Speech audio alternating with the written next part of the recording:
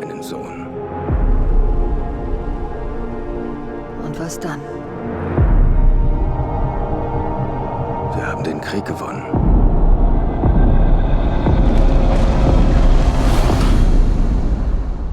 Hilf mir, heimzukehren.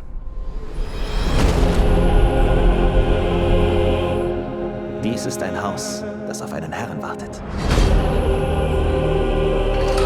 Ich will, dass du mich erwählst. Ithakas König wird zurückkehren. Nein, wird er nicht.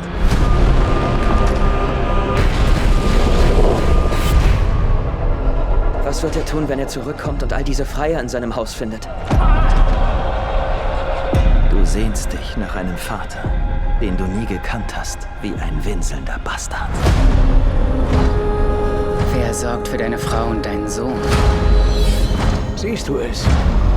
Mein Vater kehrt zurück. Bringt er Rache? Er bringt alles.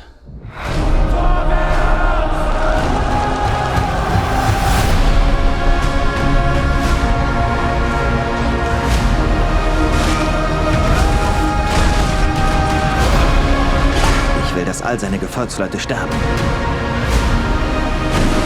Ich kann sie noch retten.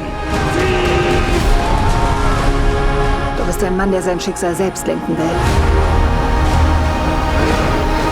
Aber das kannst du nicht kontrollieren. Diese Welt ist Geschichte. Niemand stellt sich zwischen mich und meine Heimat.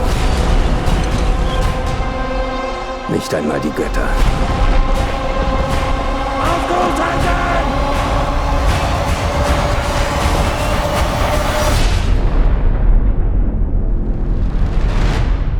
Ich glaube, es schläft.